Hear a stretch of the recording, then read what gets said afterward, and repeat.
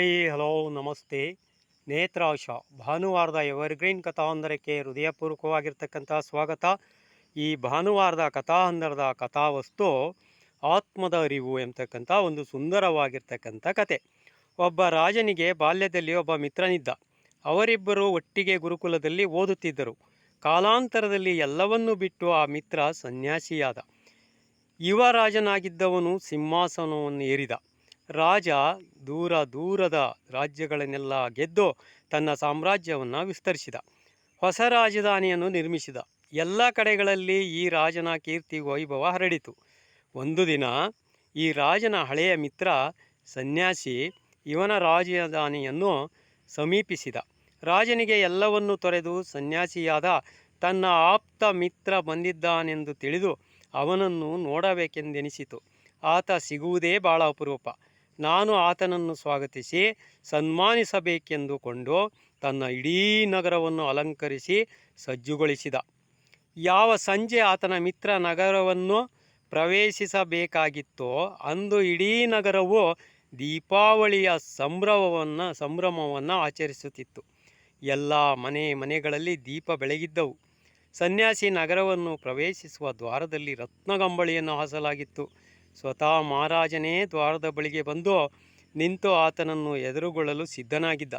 ಈ ಎಲ್ಲ ಸ್ವಾಗತದ ಸಿದ್ಧತೆ ನಡೆಯುತ್ತಿರುವಾಗಲೇ ಒಬ್ಬ ಮನುಷ್ಯ ಸನ್ಯಾಸಿಯ ಬಳಿಗೆ ಬಂದು, ರಾಜ ತನ್ನ ಧನ ದೌಲತ್ತು ಅಧಿಕಾರಗಳನ್ನು ನಿನ್ನೆದುರಿಗೆ ಪ್ರದರ್ಶಿಸಲು ಪ್ರಯತ್ನಿಸುತ್ತಿದ್ದಾನೆ. ಹಾಗಾಗಿ ಇಡೀ ರಾಜಧಾನಿಯನ್ನು ವೈಭವದಿಂದ ಸಜ್ಜುಗೊಳಿಸುತ್ತಿದ್ದಾನೆ. ಇದರ ಮೂಲಕ ಅವನು ನಿಮ್ಮನ್ನು ದರಿದ್ರನೆಂದು, ಭಿಕಾರಿ ಎಂದು ಸಾಬೀತುಪಡಿಸಲು ಇದೊಂದು ತಂತ್ರವಿರಬೇಕೆಂದು ಅವನ ತಲೆಯಲ್ಲೇ ತುಂಬುತ್ತಾನೆ. ಆ ಸನ್ಯಾಸಿಯಾದರೂ ಆತ ತನ್ನ ಪರಮ ಸ್ನೇಹಿತ, ಅವನು ಹೇಗೆಂದು ನನಗೆ ಗೊತ್ತು ಎಂದು ಹೇಳುವುದನ್ನು ಬಿಟ್ಟು, ಹಾಗೋ ಆತ ತನ್ನ ಸಂಪತ್ತು ವೈಭವವನ್ನು ಪ್ರದರ್ಶಿಸಲು ಪ್ರಯತ್ನಿಸಿದರೆ ನಾನು ಆತನಿಗೆ ನನ್ನ ಒಂದಿಷ್ಟು ಬಲವನ್ನು ತೋರಿಸುತ್ತೇನೆ ಎಂದ. ಇದನ್ನು ಕೇಳಿದ ಆತನ ಶಿಷ್ಯರಿಗೆ ಆಶ್ಚರ್ಯವಾಯಿತು. ಸನ್ಯಾಸಿಯ ಬಳಿ ತೋರಿಸಲಾದರೂ ಏನಿದೆ, ತೋರಿಸಲು ಬೇರೆ ಏನೂ ಇಲ್ಲವಲ್ಲ, ಇವನು ಇನ್ನೇನು ತೋರಿಸಬಹುದು ಎಂದುಕೊಂಡರು. ರಾಜ ಸನ್ಯಾಸಿ ಬರುವ ದಾರಿಯಲ್ಲಿ ರತ್ನಗಂಬಳಿಯನ್ನು ಹಾಸಿದ್ದ. ಆತ ನಡೆದು ಬರುತ್ತಿರುವುದನ್ನು ನೋಡಿ ಜನರು ಆಶ್ಚರ್ಯಚಕಿತರಾದರು. ಆ ದಿನ ಎಲ್ಲೂ ಮಳೆಯಾಗದಿದ್ದರೂ ಸನ್ಯಾಸಿಯ ಮಂಡಿಗಳವರೆಗೆ ಕೆಸರು ಮೆತ್ತಿಕೊಂಡಿತ್ತು. ಸನ್ಯಾಸಿ ಬೇಕೆಂದೇ ತಾನೇ ಕೆಸರು ಮೆತ್ತಿಕೊಂಡು ಬಂದಿದ್ದ. ರಾಜನಿಗೂ ಉಳಿದವರಿಗೂ ಅದನ್ನು ನೋಡಿ ಆಶ್ಚರ್ಯವಾಯಿತು. ಸನ್ಯಾಸಿ ಅರಮನೆಯ ಮೆಟ್ಟಿಲನ್ನು ಏರುತ್ತಿರುವಾಗ ರಾಜನಿಗೆ ಕುತೂಹಲ ತಡೆಯಲಾಗದೆ, ಮಿತ್ರ, ನಿನ್ನ ಕಾಲಿಗೆ ಇಷ್ಟೊಂದು ಕೆಸರು ಮೆತ್ತಿಕೊಂಡಿದ್ದಾದರೂ ಹೇಗೆ ಎಂದು ನಾನು ಕೇಳಬಹುದೇ ಎಂದ. ಆಗ ಸನ್ಯಾಸಿ ವ್ಯಂಗ್ಯದಿಂದ ನಗುತ್ತಾ, ನೀನು ರಸ್ತೆಯಲ್ಲಿ ರತ್ನಗಂಬಳಿ ಹಾಸಿ ನಿನ್ನ ವೈಭವವನ್ನು ಪ್ರದರ್ಶಿಸಿದರೆ ನಾನು ಸನ್ಯಾಸಿಯಾಗಿ ಕೆಸರು ಮೆತ್ತಿಕೊಂಡಿರುವ ನನ್ನ ಕಾಲುಗಳ ಮೂಲಕ ನನ್ನ ಸನ್ಯಾಸತ್ವವನ್ನು ಪ್ರದರ್ಶಿಸಬಾರದೆ? ನಿನ್ನ ರಾಜ ವೈಭವವೆಲ್ಲ ನನಗೆ ಕೆಸರಿನ ಸಮಾನ ಎಂದ.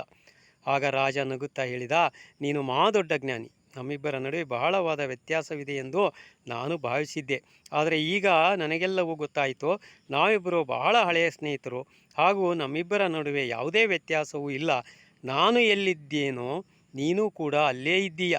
ನಾನು ಎಲ್ಲವನ್ನೂ ಪಡೆದು ಯಾವ ಅಹಂಕಾರವನ್ನು ಪ್ರದರ್ಶಿಸುತ್ತಿರುವೆನೋ ನೀನು ಅದೇ ಅಹಂಕಾರವನ್ನು ಎಲ್ಲವನ್ನು ಬಿಟ್ಟು ಪ್ರದರ್ಶಿಸುತ್ತಿರುವೆ ಅಷ್ಟೇ ಎಂದ ರಾಜ. ಯಾವುದನ್ನೇ ಆಗಲಿ, ಪಡೆಯುವುದರಾಗಲಿ ಬಿಡುವುದರಲ್ಲಾಗಲಿ ಯಾವುದೇ ವ್ಯತ್ಯಾಸವಿಲ್ಲ. ವ್ಯತ್ಯಾಸವಿರುವುದು ನಾನು ಎಂಬುದನ್ನು ಬಿಡುವುದರಲ್ಲಿ ಇರುವುದು. ಸಂಪತ್ತು, ಸುಖ, ಸೌಲಭ್ಯಗಳನ್ನು ತೊರೆದ ಮಾತ್ರಕ್ಕೆ ನಾನು ಎಂಬ ಅಹಂಕಾರ ಭಾವ ಬಿಟ್ಟು ಹೋಗುವುದಿಲ್ಲ. ನಾನು ಎಂಬ ಅಹಂಕಾರವನ್ನು ವಿಸರ್ಜಿಸಿದಾಗ ಮಾತ್ರ ಆತ್ಮದ ಜ್ಞಾನ ಉಂಟಾಗುವುದು. ಇದೇ ಆತ್ಮದ ಅರಿವು. ನಾನು ಎಂಬ ಅಹಂಕಾರ ದೊಡ್ಡ ಗೋಡೆಯ ಹಿಂದೆ ಆತ್ಮದ ಜ್ಯೋತಿ ಪ್ರಕಾಶಿಸುತ್ತಿರುತ್ತದೆ. ಈ ಗೋಡೆ ಕುಸಿಯುವವರೆಗೂ ಆತ್ಮಜ್ಯೋತಿಯ ಪ್ರಕಾಶ ನಮಗೆ ಕಾಣುವುದಿಲ್ಲ. ನಾವು ಎಂಥ ದೊಡ್ಡ ಸಾಧನೆಯನ್ನು ಮಾಡಿದ್ದರೂ ಕೂಡ ನಾನು ಎಂಬುದು ನಮ್ಮನ್ನು ಬಿಡದಿದ್ದರೆ ಎಲ್ಲವೂ ವ್ಯರ್ಥವೇ. ಆದ್ದರಿಂದ ಯಾರು ಎಲ್ಲವನ್ನು ತೊರೆದು ಶೂನ್ಯರಾಗುವರೋ ಅವರಿಗೆ ಮಾತ್ರ ಆತ್ಮದ ಅರಿವು ಉಂಟಾಗುತ್ತದೆ ಎಂಬುದು ಕಥೆಯ ಅರ್ಥ ಅಂತ ಹೇಳ್ತಾ, ಕಥೆಯನ್ನು ಕೇಳಿರ್ತಕ್ಕಂಥ ತಮ್ಮೆಲ್ಲರಿಗೂ ಕೂಡ ಹೃದಯಪೂರ್ವಕವಾಗಿರ್ತಕ್ಕಂಥ ಧನ್ಯವಾದಗಳು. ಮುಂದಿನ ಭಾನುವಾರ ಮತ್ತೊಂದು ಕಥೆಯೊಂದಿಗೆ ಆಗಮಿಸುತ್ತೇನೆ. ಅಲ್ಲಿಯವರೆಗೆ ಜೈ ಹಿಂದ್, ಜೈ ಕರ್ನಾಟಕ ಮಾತೆ, ಜೈ ಗುರುದೇವ್. ನಮಸ್ತೆ.